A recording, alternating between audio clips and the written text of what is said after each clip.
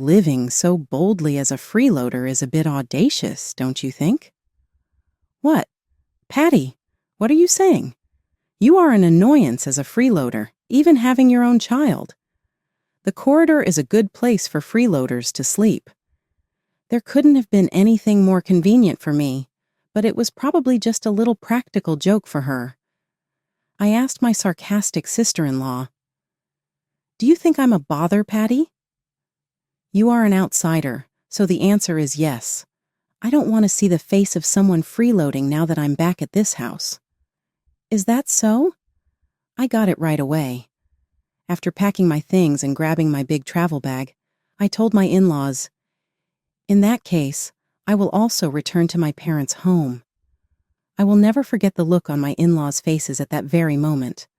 I stifled my laughter and walked away. I'm Ashley Stewart, and I'm 28. I went to design school after high school and then began working in the advertising sector. I gained some recognition in the field while working and was asked to create illustrations for social media. I posted illustrations to social media during my undergraduate years, and they got a lot of attention, which caused my following to grow quickly.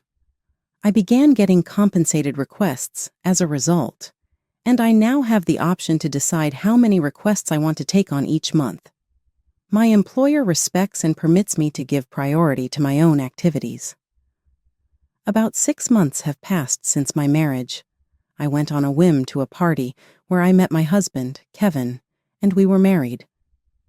After all, life is uncertain. In general, I didn't enjoy going to parties. The only drawback to Kevin's steady income from his job at a trading company is the number of business travels he takes. As a businessman, he must travel to different locations on a regular basis. When we agreed to get married, he made a recommendation because he was worried that I would be alone at home because of his travels. "Hey, Ashley, if you're okay with it, why don't we live together at my parents' home?" "Do you mean living together with your parents?" "Yes. I'm concerned about you being by yourself when I travel for work." "I'll be fine. I've been on my own all this time." "But you mentioned before that you were troubled by a stalker, right? It's good that the perpetrator was arrested, but I want to avoid a similar situation." Indeed, during our relationship, I suffered from persistent stalking. It made me afraid to go out for a while, and I still feel anxious being alone. Living with my in-laws was a big step, but considering safety, it might be the best choice. Not wanting to worry Kevin further, I asked him an important question. "If we were to live together, would your family accept me?" "It's okay. They were all happy when we announced our marriage." "Really? Your parents did seem happy, but..."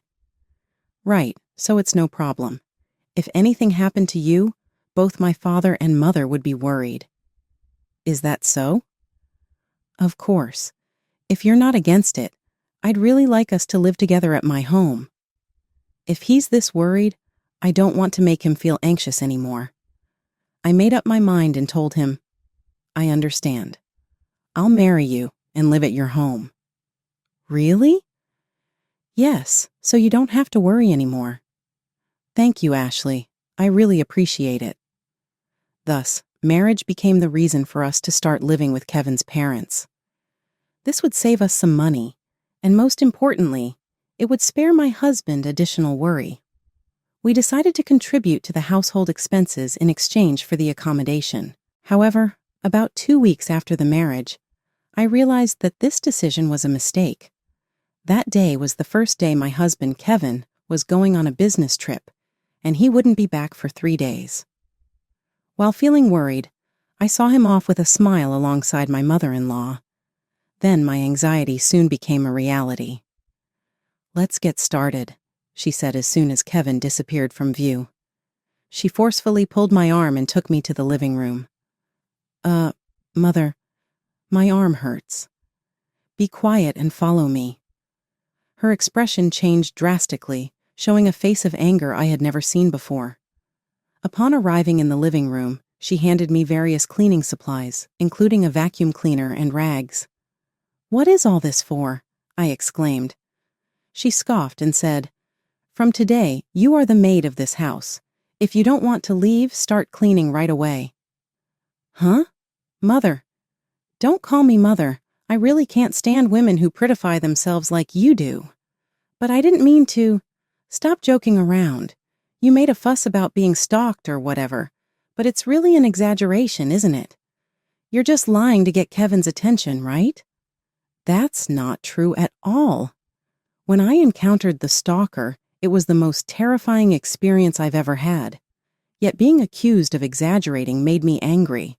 However, since it was only 2 weeks since we started living together, showing my emotions so early could negatively affect our future life together. Not only me, but it could also trouble my husband. Therefore, I couldn't confront my mother-in-law with the truth. As instructed, I began cleaning the room. My mother-in-law constantly criticized every move I made, causing the work to progress slowly. When I encountered my father-in-law in the hallway, he simply smirked at me. This must be a form of bullying accepted by him towards a daughter-in-law. During the 3 days Kevin was away, my in-laws relentlessly imposed household chores on me. 6 months into our marriage, being bullied by my in-laws in Kevin's absence had become routine. Not only was I burdened with all the household tasks, but I was also demanded pocket money and forced to pay unreasonably. Meals I prepared were thrown on the floor as disgusting, and my favorite bag was intentionally spilled with alcohol. Kevin's business trips varied, lasting 3 days or a week. Every time a trip was scheduled, my heart endured pain. In retrospect, I should have spoken to my husband at the beginning and chosen to live separately. However, I couldn't betray his thoughtful suggestion to live together. The situation continued to worsen. That day, my husband was headed for a week-long business trip. As expected, I endured severe bullying from my in-laws from the first day. Then, in the afternoon, the intercom rang and an unexpected visitor arrived. "I'm home." "Ah, there's nothing like being at home," said Kevin's sister Patty. Her husband and their 5 children, altogether 7 people, suddenly visited, and my in-laws were overjoyed at their grandchildren's visit. Patty and her family relaxed in the living room, where I had just finished cleaning, with their feet thrown on the table.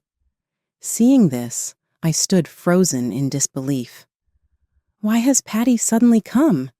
And with her entire family, no less. And to think she would put her feet on the table in front of the children. Unbelievable. Actually, I had never met Patty before. Her family lived out of state and rarely returned to the family home, so this was my first time meeting them. "Nice to meet you," I greeted her. Patty stared at me as if scrutinizing me and mockingly said, "Huh, you're Ashley? Kevin's wife?" "Yes, that's me. Kevin has always taken great care of me. I can't believe such a plain girl is Kevin's wife. So Kevin likes plain girls, huh?" "Excuse me?" At Patty's remark, everyone around us started laughing. No one tried to defend me. Seeing my reserved nature, Patty began speaking confidently, as if she owned the place. "Hey, sorry, but honestly, I don't want to be sisters-in-law with a woman who has neither a striking face nor style." I don't know what to say to that. When I see someone as introverted as you, it really bothers me. At Patty's sudden criticism, I found myself at a loss for words. While I remained silent and looked down, she said something even more unbelievable. "Living so openly as a freeloader, don't you think you should show some restraint? Huh. Being at home at this hour means you're just a housewife, right? A freeloader living off my parents is really a nuisance." Patty? We have children, and an outsider like you is just in the way. Why don't freeloaders sleep in the hallway? It would make it more comfortable for me." Patty looked down on me coldly. Perhaps the people in this home were incapable of understanding others' feelings. They seemed comfortable demeaning and insulting others, enjoying their reactions. Except for my husband, the entire family had a cruel streak, harboring distortions in their hearts. At that moment, I felt something inside me quietly fade away. I finally decided to stand up for myself. Why didn't I realize this sooner? There was never a need to go through such hardships to live with them. With that realization, I confronted Patty with a question. So you find me bothersome? Yes, you're an outsider. Coming back to my parents' home only to see the face of a freeloader is unpleasant. Understood. Immediately, I packed my belongings, took my large travel bag in hand, and declared to my in-laws, "Then I'll return to my parents' home." Upon hearing this, everyone expressed their surprise. I will never forget the look on my in-laws' faces at that moment. Patty and her husband were wide-eyed with shock, and my parents-in-law showed a slight sign of disturbance. With their reactions behind me, I returned to my parents' home that night. After arriving at my parents' home, I decided to explain the situation to my husband. When I called him, he responded immediately. "Hello, Ashley?" Hearing my husband's affectionate voice nearly brought me to tears. Holding back my tears, I told him everything. "Hey, Kevin, actually, I've come back to my parents' home today." "Huh? Why all of a sudden?" "Yes, I'm sorry it's so sudden, but I've reached my limit." "What happened?" "What happened while I was away?" To tell the truth, I shared with him all the bullying I had endured, not omitting any details, including the incident that triggered it all from Patty. There was a moment of silence on the other end of the phone. "Kevin?" I asked. He responded with a heavy voice. "I'm coming back on the first flight tomorrow morning. I'll pick you up. So please, just one last time, come to my family home." "Huh? What do you mean by last time?" "I'll put an end to everything tomorrow. Them bullying you and our relationship with them." Kevin's words made me cry uncontrollably. Encouraged by his determination, I decided to visit his family home one last time. The next day, I met up with my husband, who had cut his business trip short, and we went to his family home together. As we rang the doorbell, the door opened, and my mother-in-law appeared. "Oh, Kevin? Weren't you supposed to be on a business trip?" Seeing me by his side, my mother-in-law showed obvious confusion, her face twitching. Kevin declared calmly, "We need to talk." "Is Dad and Patty home too?" Yes, but..." "You should know it's pointless to try to dodge the issue now." Perhaps sensing something from my husband's demeanor, my mother-in-law lost her words. Without trying to be polite, Kevin walked straight into the living room. As he forcefully opened the door, everyone inside turned to look at him. "Oh, if it isn't Kevin. What's up?" Patty said, but my husband glared at her sharply. Then, he began to speak in a tone I had never heard him use before. "Patty, apologize to Ashley." At my husband's words, Patty responded with a mocking, "What?" Seeing her reaction, my husband must have realized she had no intention of apologizing. He opened his carry-on case and started packing his belongings in a hurry. Watching this, my mother-in-law asked timidly, "What are you doing?" To which Kevin answered calmly, "As you can see, I'm preparing to leave." "What? Why? Why are you leaving too?" My mother-in-law stammered. "Don't joke with me," Kevin shot back, his voice icy. "You've been bullying Ashley behind my back and you dare to ask why?" She stuttered, visibly shaken. "I will never forgive you. I don't even want to think of you as my parents anymore." Kevin's words cut deep, and my in-laws' faces turned pale as they grasped the severity of his anger. Patty, who had been watching the entire situation, laughed and turned to her parents. "Hey, what's wrong, Dad?" "Mom." "Never mind, Kevin. We should be lucky that failure of a wife is leaving." "Patty, Kevin began, but she interrupted him. "Stop it. I don't care anymore. All I need is the pocket money from home. Whether Kevin and Ashley are here or not doesn't matter to me." Kevin's expression darkened. Pocket money. Patty smirked. Yes? Dad and Mom spoil me, sending money every month. You're jealous, right? How much every month? Kevin asked, his tone sharp. Well, about $500, sometimes up to $11,000, Patty replied smugly. Kevin's eyes widened in realization. Huh, I see. Patty, still oblivious to the situation, didn't notice the change in the room's atmosphere. She continued to babble on until I finally spoke up, my voice steady yet filled with quiet rage. Actually, that money was earned through my work. Patty froze, her face contorting in confusion. What? What are you talking about? You're just a freeloader with no income. There seems to be a misunderstanding, I said calmly. I work as a full-time employee, primarily from home. I also take illustration commissions, which brings in additional income. The money your parents have been sending you? That was my earned income. Patty's face drained of color as she muttered, Wait, the money I've been receiving? Yes, I confirmed. It was my earned income. Her eyes widened as she grasped the gravity of the situation. What have I done? She mumbled, holding her head in disbelief. She looked at me, pleading. Ashley, I truly am sorry. I had no idea. I just assumed the money came from something like Dad's retirement fund. I never meant to hurt you. Could you continue the money support? Her audacity stunned me. Even after everything, she still had the nerve to ask for money. My anger boiled over, and I couldn't hold back any longer. Absolutely laughable, I said, my voice filled with contempt. A misunderstanding? You knew nothing? Do you really think such flimsy excuses justify everything? Do you truly understand the depth of the wounds you've inflicted on us? I'm truly sorry. From the bottom of my heart, please, can you continue the money support? Patty's desperation was palpable, but her request was absurd. Why should I continue to send money to heartless people like you? I snapped. Even if you're Kevin's family, I can't condone this. There's no way I would do anything for you. Never show up in front of me again. Patty collapsed to her knees, overwhelmed, and then exploded in frustration, turning on her parents.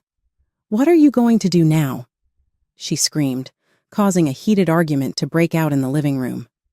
Amidst the chaos, Kevin and I quietly decided to leave.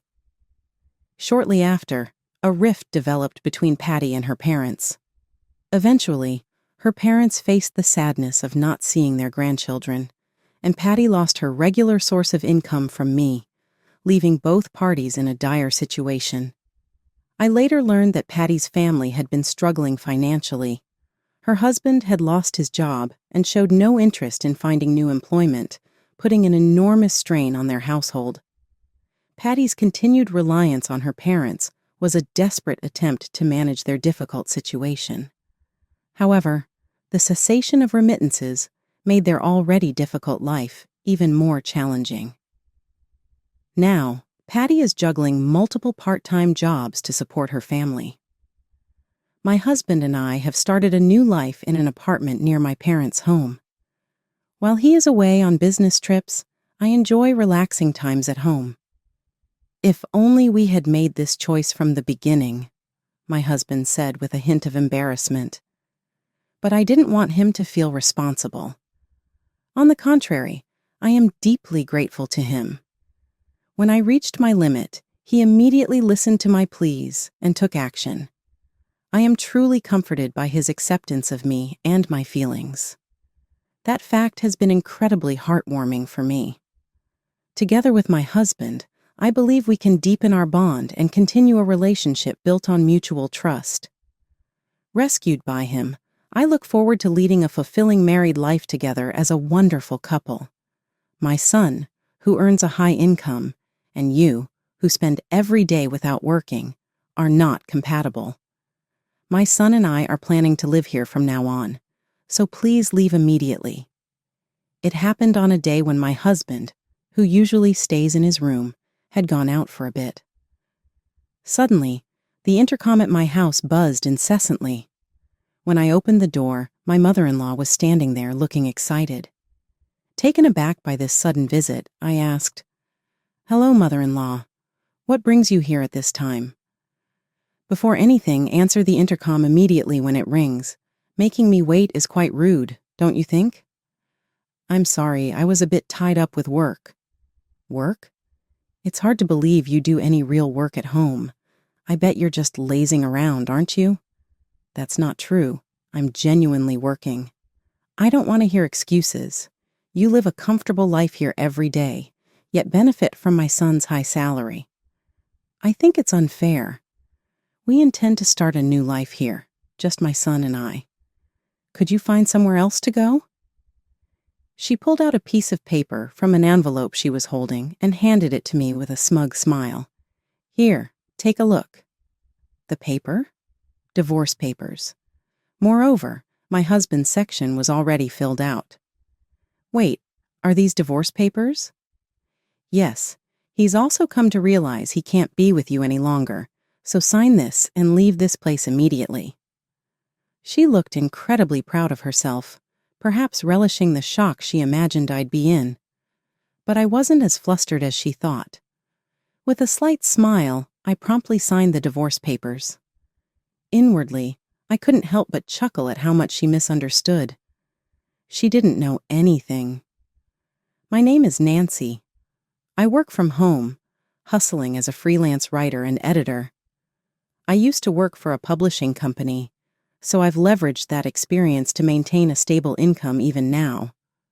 While working at the publishing company, it wasn't uncommon to work late into the night or even on weekends. But the compensation was good. Thanks to my salary, bonuses, and copyright-related rewards from the publishing world, I managed to save a considerable amount. Thanks to that, despite the instability of freelancing, I've been able to live comfortably. I met my husband, Dylan, while working together at the publishing company. He was an aspiring writer chasing his dreams, and I supported and resonated with his passion. Gradually, my feelings of appreciation turned into love, leading to our marriage. Initially, our married life was fulfilling as we supported each other's careers. Upon getting married, I started freelancing, switching to working from home. Until then, I believed both my husband and in-laws understood and appreciated my career and income. However, as time passed, it seemed their misunderstandings about my work grew. My in-laws held traditional values. In their generation, the concept of working from home wasn't common. They also perceived freelancing as unstable, especially compared to my husband's regular employment, and thus devalued my work. Additionally, Dylan began telling his parents how successful he had become as a renowned writer. Because of this, the cold attitude of my in-laws toward me intensified. Every time we met, they'd sarcastically say things like, "Oh, look, it's Nancy, who doesn't seem to work much. What brings you here today? Looking for a job recommendation?" "Mother-in-law, if you're concerned about our living expenses, I apologize, but I'm earning well, so there's no need to worry." "Well, you sound quite confident. Maybe you should show more gratitude to Dylan. Without him, you'd be in trouble, wouldn't you?" My mother-in-law had old-fashioned values. In her generation, women typically managed the household while men worked outside. Thus, seeing me work from home, she likely assumed I was shirking housework. The story paints a picture of generational and cultural differences, misunderstandings, and challenges within a family. Mother-in-law, freelancing means that you can earn a good income even without going to an office. Working from home nowadays is possible with technological advancements. We can work from anywhere, and my job falls into that category. However, my mother-in-law responded angrily, "All you do is talk back. You're such an unpleasant daughter-in-law. It just doesn't look natural for a young woman to be messing around with a computer at home all day." Lately, these kinds of conversations had been recurring, and I was honestly getting tired of it. I swallowed down my retort, thinking, not this topic again. Inwardly, I thought, in reality, I'm the main breadwinner and handle most of the housework, but I didn't say it out loud. In the beginning, her occasional complaints only occurred when Dylan wasn't around, but recently, she's been saying them more openly, especially during family dinners at her house, which felt more like sessions to criticize me. Despite being invited, only Dylan's portion of food would be on the table. There was no seat for me, making it very uncomfortable. Moreover, she seemed to badmouth me to other relatives, and I could hear whispered comments, which were very unpleasant. I was often taken aback by her and my father-in-law's attitudes, but Dylan's silence also irritated me. On top of that, they saw Dylan as a successful author and relied on him for money, often asking him to buy things. This was funded by the money I earned. Initially, it was a small amount, but lately, I noticed we were spending almost $2,000 monthly for his parents. I decided to tell Dylan, I want you to stop giving my earnings to your parents without asking me. But his response was colder than I expected. You're earning money while relaxing at home, right? It's easy money, so why not let my parents use a bit of it? Wait, Dylan, do you really think I'm just lounging around at home to earn my money? I couldn't hide my shock at his words. It felt like the last straw. I felt betrayed, confused, and sad.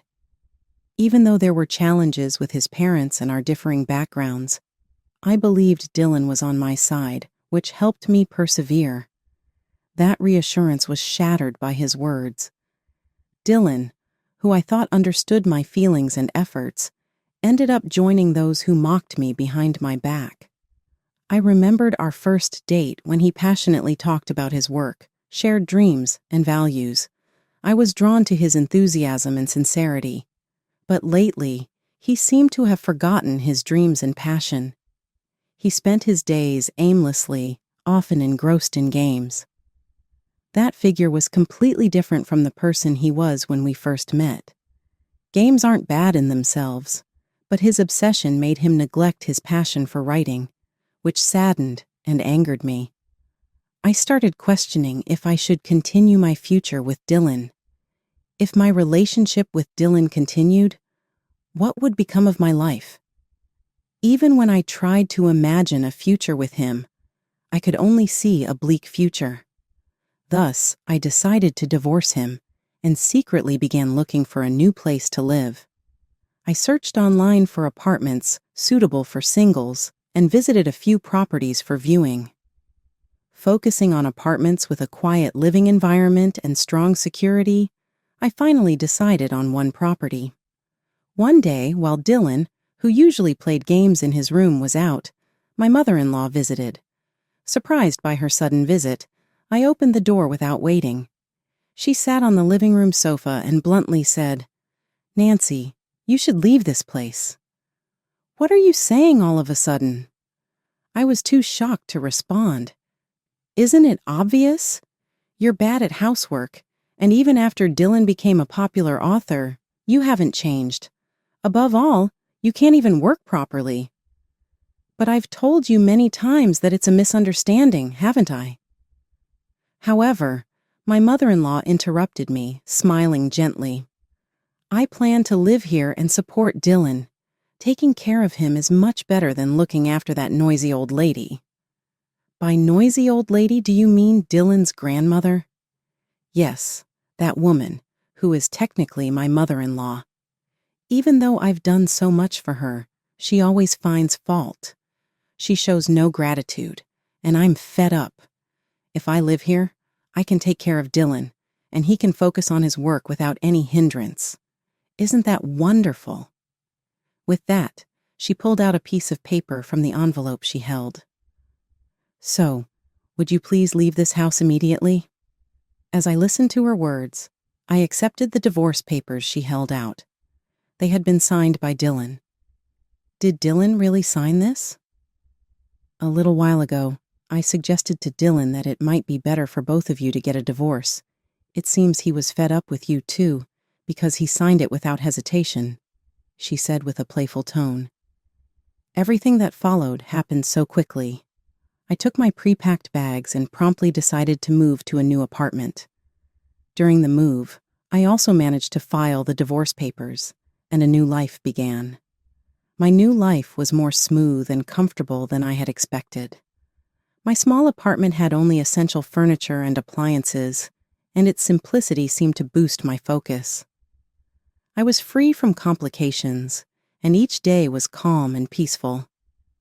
I'd wake up to natural light streaming in through the window and the sound of birds chirping in the distance. I would get up whenever I wanted, eat breakfast, and plan my day. When I started working, I got so engrossed that time would fly by. It felt heavenly not having to worry about the gaze and expectations of Dylan and my parents-in-law, and to be able to work at my own pace. One day, as I was engrossed in work at my desk, my smartphone vibrated. It was a call from Dylan. I hesitated but decided to answer. "Nancy, please come back right now," a desperate Dylan pleaded.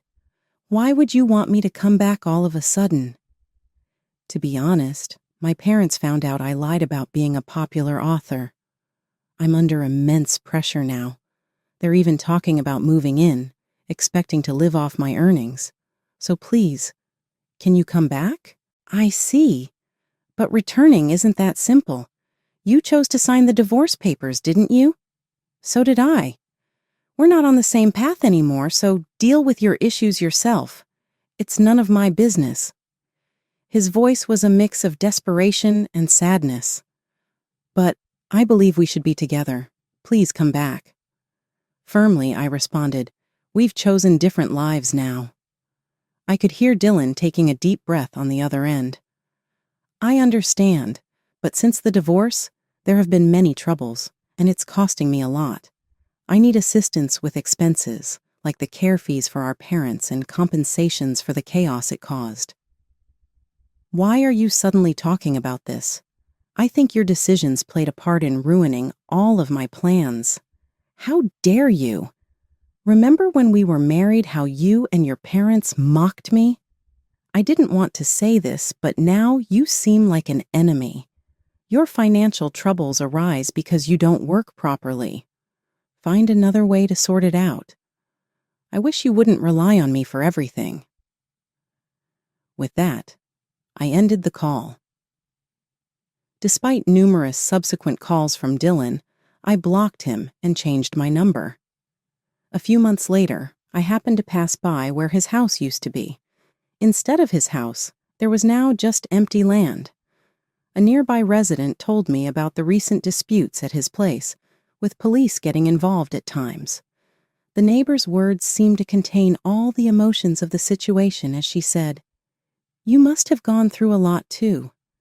There must have been a lot of turmoil leading to the loss of his house." I stood there for a while, reflecting on our past.